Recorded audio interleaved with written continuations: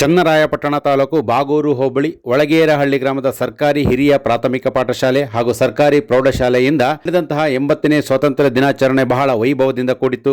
ಗ್ರಾಮದ ಪ್ರಮುಖ ಬೀದಿಯಲ್ಲಿ ಮಹಾತ್ಮ ಗಾಂಧಿ ಹಾಗೂ ಅಂಬೇಡ್ಕರ್ ಭಾವಚಿತ್ರವನ್ನು ಹಿಡಿದು ವಿದ್ಯಾರ್ಥಿಗಳು ಹಾಗೂ ಶಿಕ್ಷಕರು ಸಾಗಿದರು. ಬಸ್ ನಿಲ್ದಾಣದಲ್ಲಿ ಪ್ರೌಢಶಾಲೆಯ ವಿದ್ಯಾರ್ಥಿಗಳು ನೃತ್ಯ ಮಾಡಿದರು. ಶಾಲಾ ಆವರಣದಲ್ಲಿ ವಿದ್ಯಾರ್ಥಿಗಳು ಸಾಂಸ್ಕೃತಿಕ ಕಾರ್ಯಕ್ರಮ ನೆರವೇರಿಸಿದರು. ಶಾಲೆಯ ದಾನಿಗಳಿಂದ ಧ್ವಜಾರೋಹಣ ನೆರವೇರಿಸಲಾಯಿತು.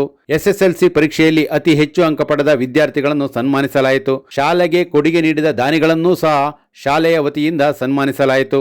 ಪ್ರೌಢಶಾಲೆಯ ಮುಖ್ಯ ಶಿಕ್ಷಕಿ ಹಾಗೂ ಸಹ ಶಿಕ್ಷಕರು, ಹಿರಿಯ ಪ್ರಾಥಮಿಕ ಶಾಲೆಯ ಮುಖ್ಯ ಶಿಕ್ಷಕ ಹಾಗೂ ಸಹ ಶಿಕ್ಷಕರು, ಶಾಲೆಯ ವಿದ್ಯಾರ್ಥಿಗಳು, ವಿದ್ಯಾರ್ಥಿಗಳ ಪೋಷಕರು, ಎಸ್ಡಿಎಂಸಿ ಅಧ್ಯಕ್ಷರು ಹಾಗೂ ಸದಸ್ಯರು, ಗ್ರಾಮದ ಮುಖಂಡರು, ಗ್ರಾಮ ಪಂಚಾಯಿತಿ ಮಾಜಿ ಅಧ್ಯಕ್ಷರು, ಮಾಜಿ ಸದಸ್ಯರು, ತಾಲೂಕು ಪಂಚಾಯಿತಿ ಮಾಜಿ ಸದಸ್ಯರು ಸೇರಿದಂತೆ ಗ್ರಾಮಸ್ಥರು ಕಾರ್ಯಕ್ರಮದಲ್ಲಿ ಪಾಲ್ಗೊಂಡಿದ್ದರು.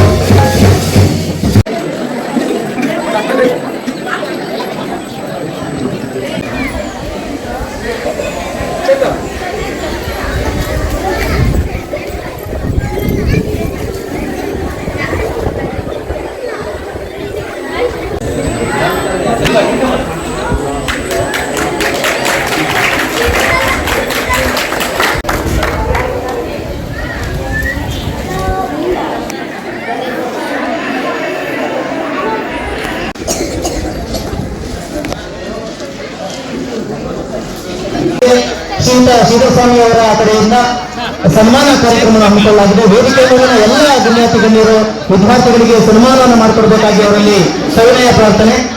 ಮೊದಲಿಗೆ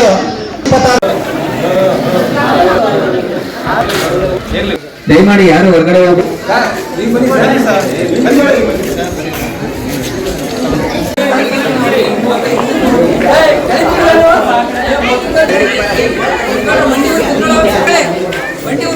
ಕಾಣಿಸಲ್ಲ ಅವ್ರಿಗೆ.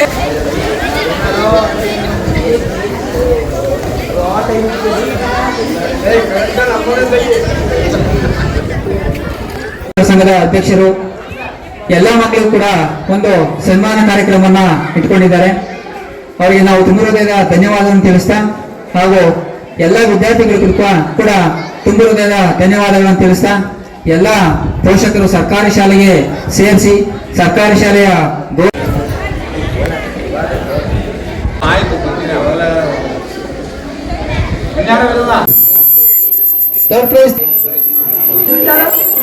ತರಗತಿ ಶ್ರೇಯಸ್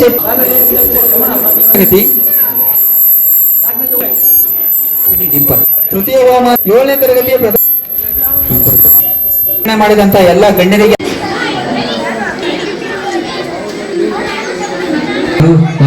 ನಮ್ಮ ಶಾಲೆಯ ಮಾಜಿ ಎಸ್ಟಿಎಂಸಿ ಅಧ್ಯಕ್ಷರಾದಂತ ಶ್ರೀಯುತ ರಂಗಸ್ವಾಮಿ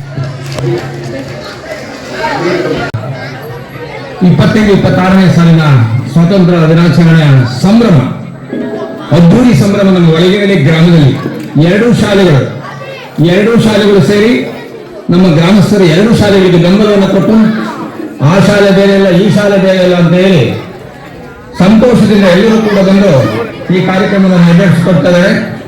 ಮೊದಲುಗೊಂಡು ನಮ್ಮ ಗ್ರಾಮದವರಿಗೆ ನನ್ನ ಸಾಷ್ಟಾಂಗ ನಮಸ್ಕಾರಗಳನ್ನು ಸಲ್ಲಿಸ್ತಾ ಇದ್ದೀನಿ ಈ ಸಮಾರಂಭದ.